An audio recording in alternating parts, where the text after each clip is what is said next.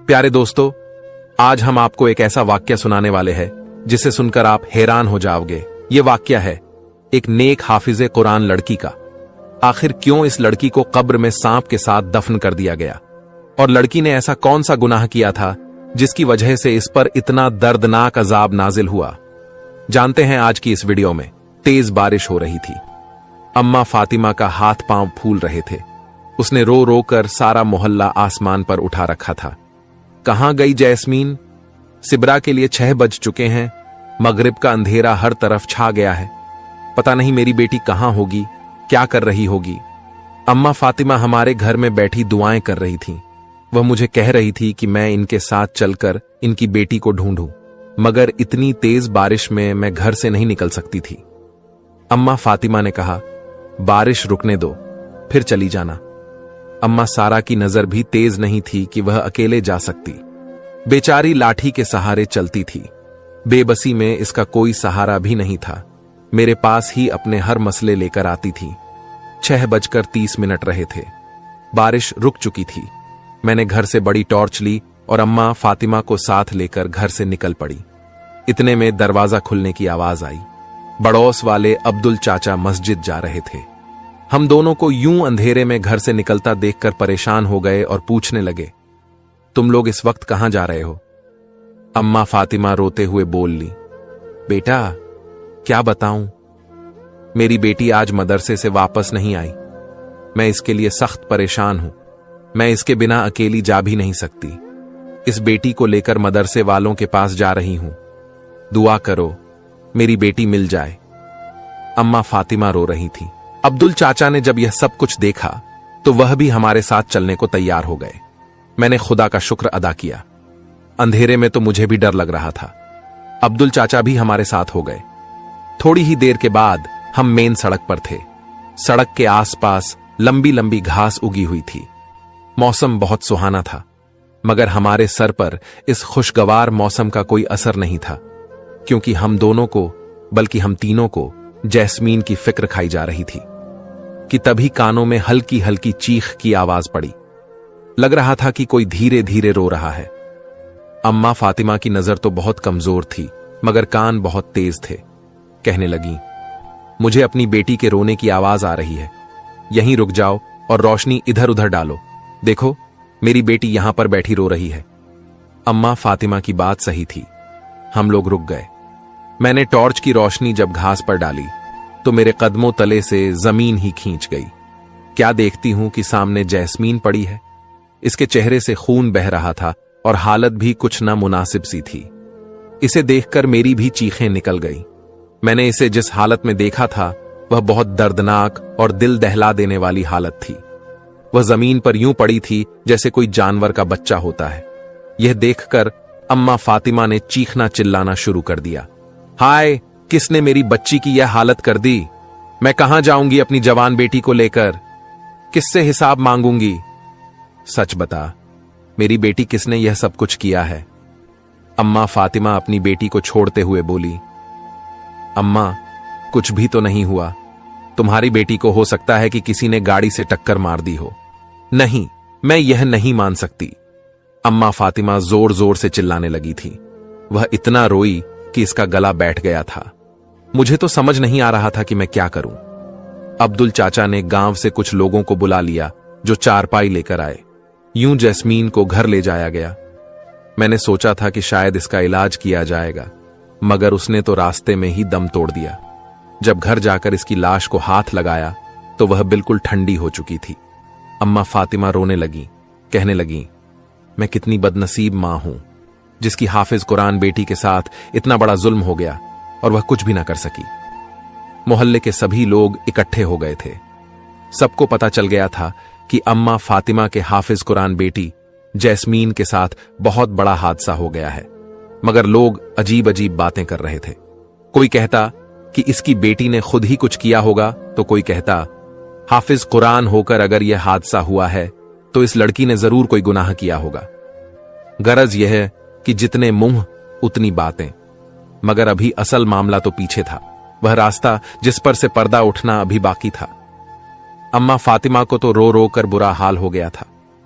उसने मुझसे कहा, बेटी, मेरे दिल में एक बात है जो मैं तुमसे कहूंगी, और यह मेरी बेटी की आखिरी ख्वाहिश भी थी।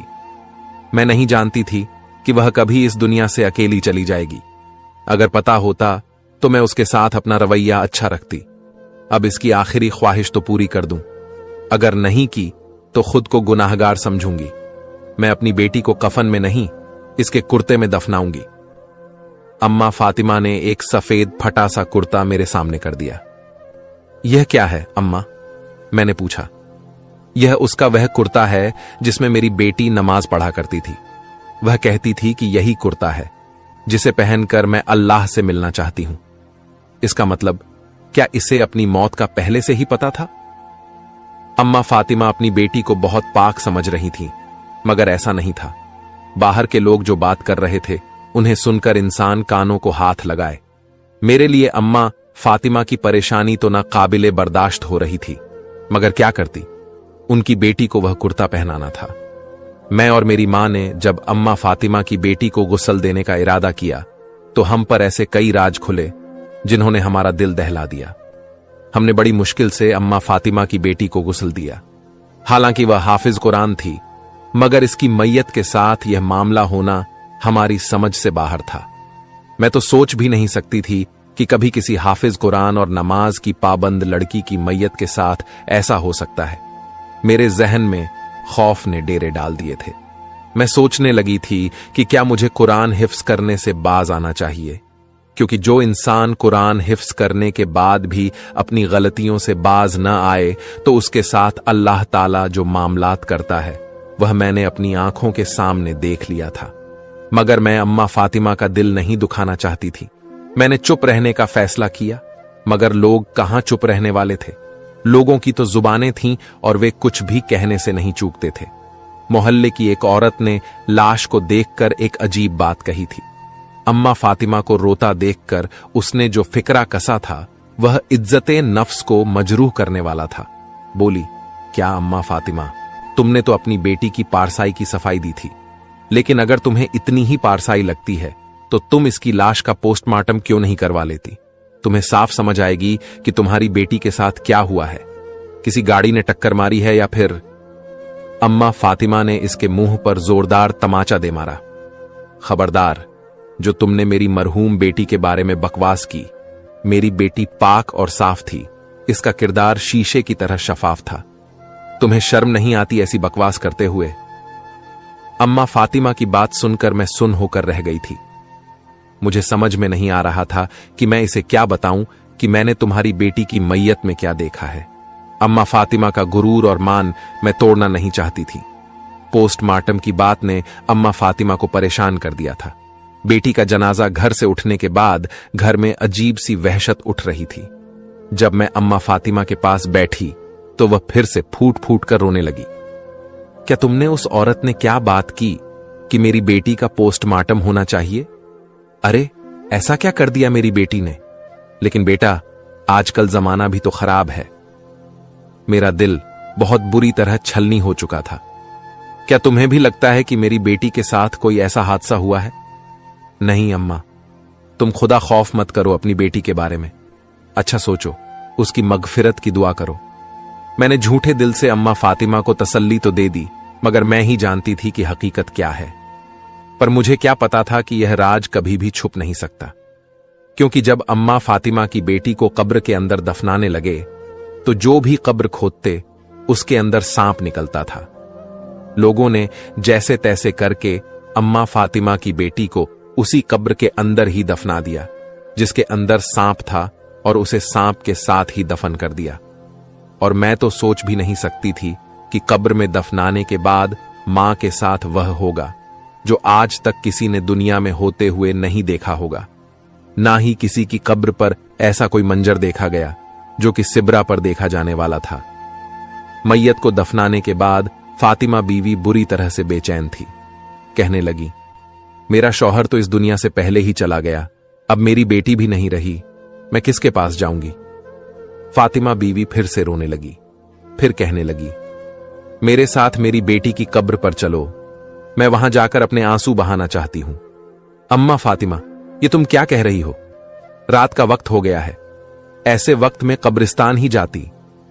मैंने इसे समझाना चाहा, मगर वह थी कि समझने से बाज नहीं आ रही थी। नहीं नहीं, मुझे जाना है। मैं अपनी बेटी की कब्र पर जाना चाहती हूं। मैं उसे बातें करना चाहती हूं। अम्मा फातिमा जिद्दी हो गई। मैंने अपनी मां से इजाजत मांगी और अम्मा फातिमा के साथ होली रात का अंधेरा हर तरफ फैल चुका था। अम्मा फातिमा ने सफेद चादर अपने गिर्द लपेटी हुई थी। हम दोनों कब्रिस्तान की तरफ रवाना हो गए। हल्की हल्की ठंडी हवाएं चल रही थीं। अम्मा फातिमा मुझसे बार बार अजीब अजीब सवाल कर रही थीं। क्या तुम्हें लगता है मेरी बच्ची अल्लाह तबारक ताला के पास जाकर खुश होगी या फिर परेशान होगी? अम्मा फातिमा के अजीब व गरीब सवाल सुनकर मुझे उन पर तरस आ रहा था, मगर मुझे नहीं पता था कि अभी एक और कयामत टूटने वाली है। अभी तो उन्हें अपनी बेटी के बारे में कुछ भी नहीं मालूम था। 5 ही मिनट में कब्रिस्तान आ गया। जैसे ही कब्रिस्तान में दाखिल हुए, हमें सामने ही सिबरा की कब्र नजर आई, लेकिन कब्र कुछ काली काली सी मालूम हो रही थी। अम्मा फातिमा की हालत देखने वाली थी। टॉर्च की हल्की हरी रोशनी में मुझे कुछ सही नजर नहीं आ रहा था। तभी मुझे अपने पैरों पर किसी नरम सी चीज का एहसास हुआ। मैंने टॉर्च करीब करके देखा तो मेरे दिल को जोरदार झटका लगा। मेरे तो कदमों तले जमीन निकल गई थी। आधे हाथ जितना काला सांप मेरे पांव के नीचे था। मैं तो सर से पैर तक पसीने से तर हो गई। मेरी टांगें कांपने लगी थीं। तभी आंखें अंधेरे के साथ मानूस हुईं तो मैंने वह मंजर देखा जिसका खौफ आज भी मेरे दिल में बाकी है। सिबरा की कब्र के इर्द गिर्द काले और लंबे सांपों ने घेरा बना रखा था। एक सांप मेरे कदमों के नीचे भी था। यह सांप सिबरा की कब्र से काफी फासले पर था। शायद हमें इस बात से खबरदार कर रहा था कि आगे मत बढ़ना, वरना तुम्हारा नुकसान होगा। अम्मा फातिमा की नजर कमजोर थी। वह इससे पहले कि कब्र पर ढह जाती, मैंने उन्हें रोक लिया। अम्मा फातिमा, तुम पागल तो नहीं हो गई हो? तुम कहां जा रही हो? तुम्हारी बेटी मर गई है।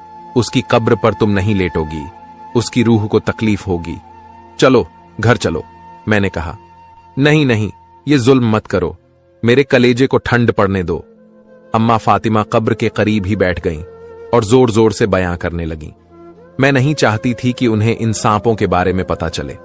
उन्हें रात को ठीक से नजर नहीं आ रहा था और मैं चाहती थी कि उनकी यह खुशफहमी कायम रहे, मगर मेरा अपना दिल बुरी तरह से धड़क रहा था और मैं अम्मा के दिल को ठेस नहीं पहुंचाना चाहती थी। इसीलिए मैं बड़ी मुश्किलों से अम्मा फातिमा को वहां से वापस ले आई। लेकिन कौन किसी को रोक सकता है? अगले ही दिन असर के वक्त अम्मा फातिमा रोते हुए अपनी बेटी की कब्र पर पहुंच गई थी। इस बार मैं भी उनके पीछे गई, क्योंकि अब मेरे जहन में और मेरे दिल में अम्मा फातिमा की हमदर्दी के अलावा उस कब्र का तजस्सुस भी था। मैं जानना चाहती थी कि रात को जो कुछ मैंने देखा, कहीं वह ख्वाब या कोई गुमान तो नहीं था। कब्रिस्तान में दाखिल होते